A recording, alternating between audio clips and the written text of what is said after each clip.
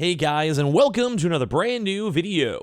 In this video, we actually have quite a bit of things to go and cover over here. Now, if you guys have missed it, really quick, don't mind me, we have actually been gone for the whole weekend. We had a few kind of good videos, had a few good topics I want to make on the channel, but we also kind of missed a few very, very heated things going on too as well. I was gone over at TwitchCon. If any of you guys did go and see me, actually had quite a few folks actually go recognize me more so on the Twitch side, but some folks also did actually mention the YouTube channel, so thank you guys for that, or watch both, so thank you guys for that one. But number one, as I want to go and say, hi. We are now officially back on schedule. I have not slept yet. I've been up for around 24 hours. I literally got right into my PC setup, and I want to make a video for all of you guys because I just miss you guys first and foremost. And number two, this was kind of a funny and also kind of bad drama going on. Now, in case you guys missed it, Spider-Man 2 did officially come out, and there's been a lot of drama, so we're going to talk about those in a few upcoming videos, but this one's a little bit more of a one because a lot of folks are out here a little bit on the disappointing side. So I hope you guys didn't mind the longer intro. Make sure you guys are subscribed, notifications on. We have the brand new Theragun promotion going on in the comment section and description. Check that out if you guys would like. Hashtag add Best Buy partner, and of course the Twitter and Twitch stream. I really want to stream Spider-Man, City Skylines 2, and a bunch of other stuff, so definitely go follow them down there. One really last one, sorry for the longer intro. There's also now maybe rules to go and simultaneously stream on YouTube. If you guys would ever want me to try that out, let me know in the comment section down below. So let's go and first of all dive on in. So there's been two big news. Number one is that basically the brand new Spider-Man 2 game has come out. The reviews have been mostly pretty solid. We're sitting around the 80 to 90 range depending on what you guys look at. And if you guys have checked it out so far, leave a comment in the comment section down below and let me know if you guys have liked it, disliked it, or whatever. I want to know. But for this one, before we dive into kind of the bigger drama, the game's been doing very well. It only took 3 days for the game to become one of the biggest physical PS5 launches of the year. It only took a little smidge of time, and a lot of folks seemed to like it. I saw a really good reception, at least as I was at the convention, on Twitter, and people reviewing stuff, the early reviews, press reviews, everything seemed very, very good. And, well, that's nice. So they still have to go catch up to Zelda, Tears of the Kingdom, and Hogwarts Legacy, which are one of the better selling games right now. So we're going to talk about the drama in a second, but despite just being released just 3 days ago, Marvel's Spider-Man 2 has already managed to become the fourth highest physical release in the UK. Now, the UK does usually represent the United States pretty well, maybe one or two spots below or above, but either way, it's doing really good. So it's reported by GameIndustry.biz's Christopher Dring on Twitter. Insomniac's Spider-Man sequel has already performed very well. Expected because it's going to be probably PlayStation's kind of time to shine now.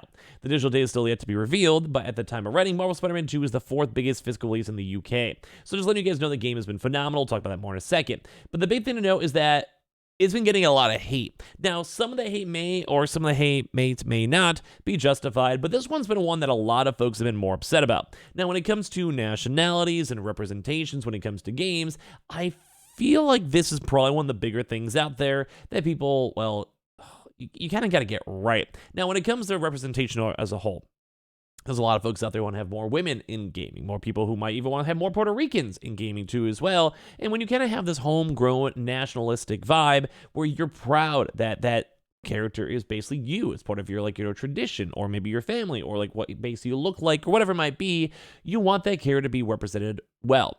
And I'm okay, I may not necessarily have a chance to go time on into this one. I'm just like a generic white dude, but let's go and say, even for reference, I live in Chicago.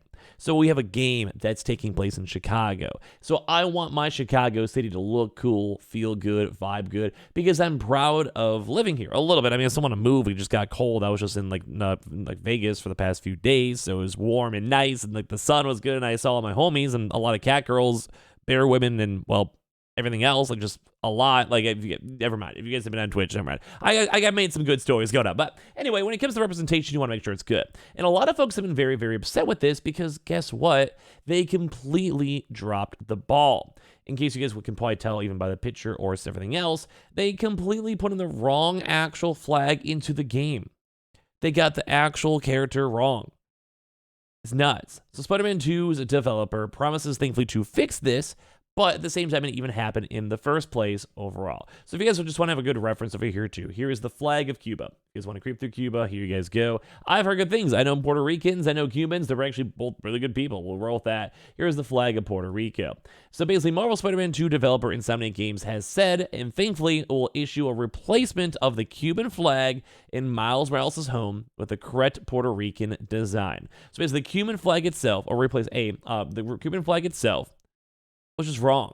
So people noticed this. People are calling this out on Twitter. People are calling this out on Reddit. Basically, everyone out there up the wazoo was calling them on out because they're like, hey, man, this is not me. This is not our people. This is not what the character's meant to be. And it does kind of mean a lot. Like, some people are very nationalistic and they like this. They want to have it in their game, as I talked about. So following the game's release last week, fans have been poring over its details. One such detail was the inclusion of a Cuban flag in Miles' home, as well as various Cuban flags in the surrounding area. However, though, Miles is not from Cuba.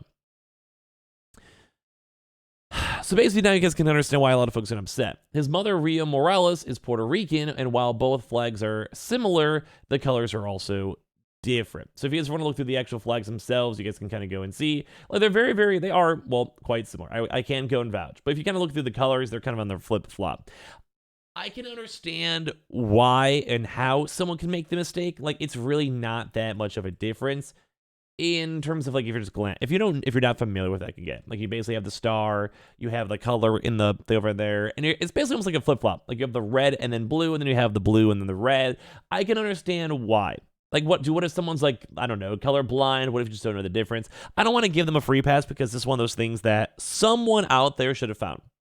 Someone out there in quality assurance, or like someone out there in general, I don't know, like, they should have noticed this. But if I had a job and I had to go look at this myself, would I? Probably not. Like, I'll be honest with you guys, I most likely would not. And I think it's like a big thing to know is that, like, you kind of get the people the free passes, at least in terms of the employee. Now, for the game itself, and you're a like, at this point, like, zillion dollar company owned by PlayStation, I'm more talking about Insomniac, it's a really big studio, you would hope that at least one person on the quality testing, on the actual game testing, developers, 3D modelers, or just anyone checking out the game itself would notice this and be able to go fix it. Like, it's not the biggest issue, but I can see why people would be upset. So basically, Miles is just not from Cuba. They have the Cuban flag all throughout the game, not even from Cuba. His mother, Ria Morales, is Puerto Rican, and while both flags are similar, the colors are also different too as well. So many noticed the slip up too. It's not like an individual, only like one person saw it. Like, people were complaining about it on Twitter. People complained up on Reddit. You guys can even see like a Reddit post over here too as well. Basically saying many noticed the slip up. Over the weekend, Reddit user The Houseless Turtle shared a screenshot from the game showing the Cuban flag inside Miles' home. Can anyone explain why there is a Cuban flag inside and outside of Miles Morales' apartment when he and Rio are Puerto Ricans? They asked, noting how the Moraleses had been proud of their heritage in the previous game. And, like, once again, this is kind of a big issue. It's not like big in the overall the game is unplayable sense. This is like almost like quality testing. Like, this is one of those when you have those video games and like there's that really small little inkling and like little baby touch that really makes you want to go and like enjoy the game. Like, say, like, sprinkle of uniqueness and sprinkle of like class and character. This was a part of it on the prior game. You have the continuality. It's the second game. You want to make sure it's continuous over time. And as it goes, good. Like, and they just didn't. Like, they kind of dropped the ball. And I think a lot of folks are just more upset about that. Because there's also been a few issues with people complaining about bugs and the game not being fully ready for launch. Although they're saying, like, I mean, it's a very weird game. I haven't had a chance to play it yet. But, like, seeing something like this is, like, a pretty big oversight.